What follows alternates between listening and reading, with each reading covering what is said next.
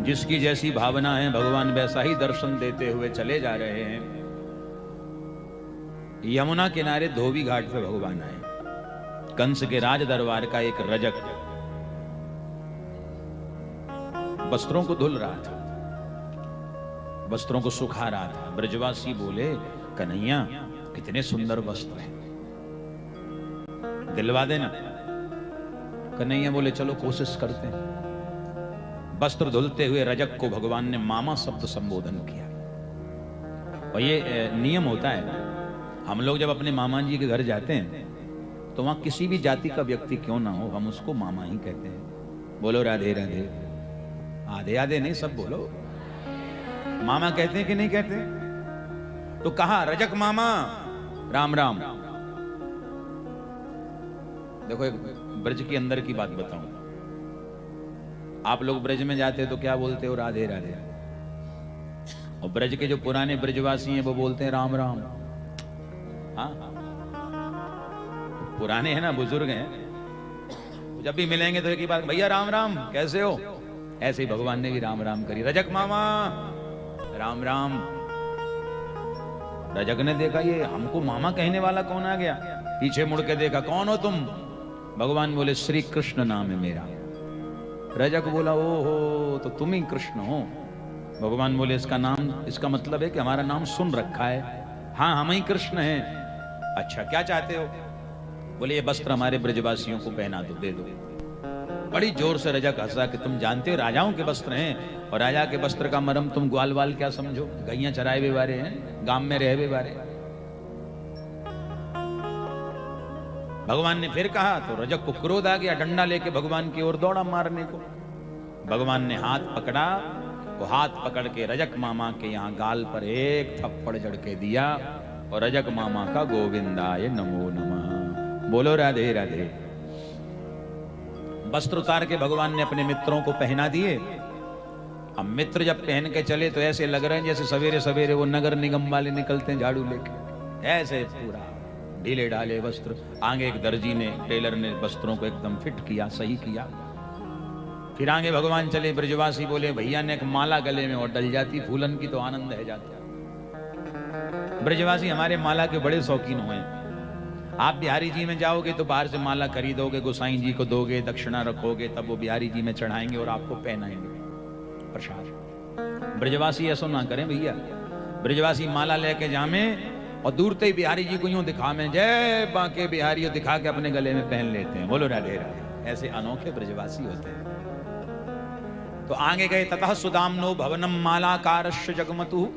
सुदामा नाम का माली सुंदर गुलाब के फूलों की माला बना रहा था। रोज कंस को पहनाने की सेवा करता था, लेकिन आज पता लग गया श्री कृष्ण आ रहे हैं, तो विचार किया इस दुष्ट को जिंदगी भर माला पहनाई, पर मिला क्या? कुछ नहीं। लेकिन अगर आज मेरे श्री कृष्ण को मैं अपने हाथ से माला पहनाऊंगा तो मेरा जीवन धन्य हो जाएगा। बोलो राधे राधे। लेकर के माला भगवान को पहनाई, बलदाऊ जी को पहनाई और ब्रजवासियों को पहनाई। आगे बढ़े भगवान कृपा करके। ब्रजवासी बोले, लाला माला भी है गई, वस्त्र भी है गई, एक कमी और बची है। कहा कमी है भैया? बोले, ब्रजवासी के माथे पे जब तक चंदन ना हो तब तक आनंद ना मिले। तो अचानक भगवान को चंदन की खुशबू आई और भगवान ने क्या देखा? एक 3 जगह से टेढ़ी स्त्री जिसका नाम है कुब्जा, दूसरा नाम है त्रिवक्रा। 3 जगह से टेढ़ी है, रोज कंस को चंदन लगाने की सेवा करती थी, चंदन घिस के ले जा रही थी। भगवान ने सोचा चंदन तो इसके हाथ में, पर मिले कैसे? तो काऊ से कछु चीज चाहिए तो सबसे बढ़िया तरीका है उसकी प्रशंसा करो। बोलो राधे राधे। ये दुनिया का नियम होता है। अगर कुछ लेना है तो भैया उसकी प्रशंसा आप करो। तो भगवान क्या बोले? अरे सुंदरी जरा रुकना। सुंदरी शब्द कहा है। कुब्जा ने सोचा कि हमको आज तक कोई सुंदरी बोला ही नहीं, पहली बार ऐसा कोई आया है। मुस्कुरा के देखा तो भगवान खड़े हैं। भगवान से कहा, इस टेढ़ी मेढ़ी को सुंदरी कह के आप अपमान कर रहे हैं। भगवान बोले, नहीं नहीं, आप सुंदरी हैं। प्रसन्न हो गई। क्या चाहते हो? बोले, चंदन। चंदन लगाया सबको।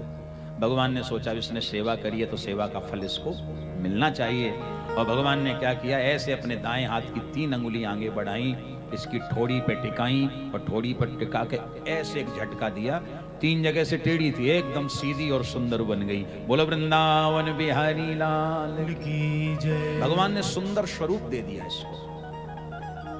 आगे बढ़े भगवान, जो रंगेश्वर महादेव के मंदिर में गए, वहां धनुष का खंडन प्रभु ने किया और रंग महल के दरवाजे पर जब आए तो कुबलिया पीढ़ हाथी का उद्धार प्रभु ने किया।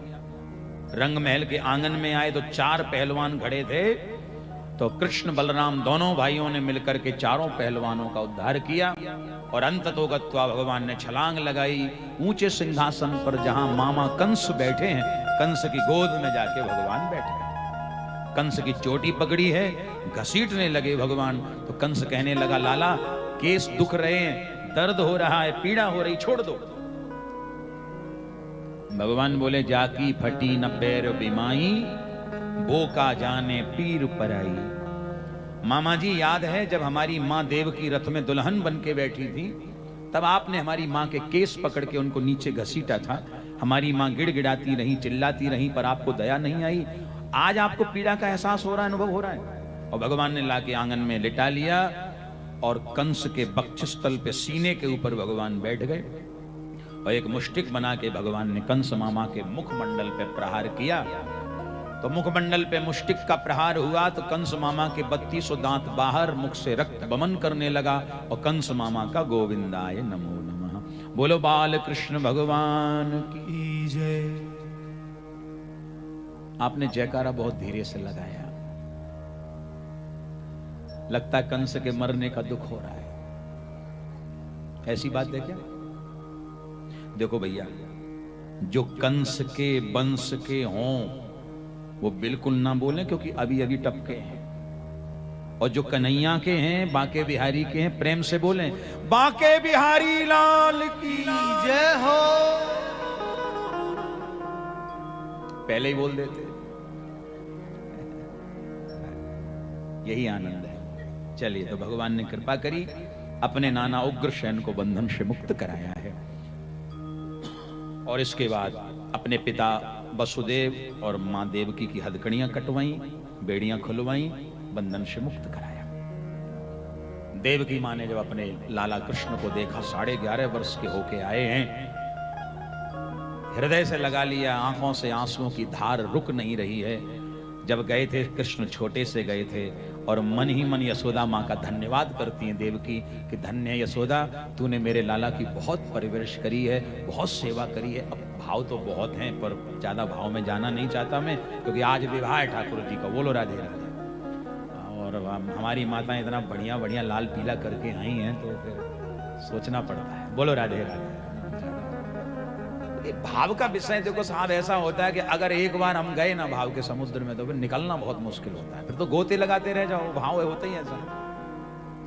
तो देवकी माँ ने बहुत धन्यवाद किया यशोदा माँ का, धन्य यशोदा, वाह, तूने मेरे लाला को कितना हृष्ट पुष्ट कर दिया है, कितना सुंदर लग रहा है मेरा लाला। और हमारे लाला के लालन पालन का श्रेय तो यशोदा तुझे ही जाता है। देवकी माँ ने धन्यवाद किया। और इसके बाद जो है भगवान ने ब्रजवासियों को ज्ञान उपदेश किया। सारे ब्रजवासी जो है आज वृंदावन के लिए चल दिए वापस, और सब हरि गुणगान करते हुए और वृंदावन जा रहे हैं।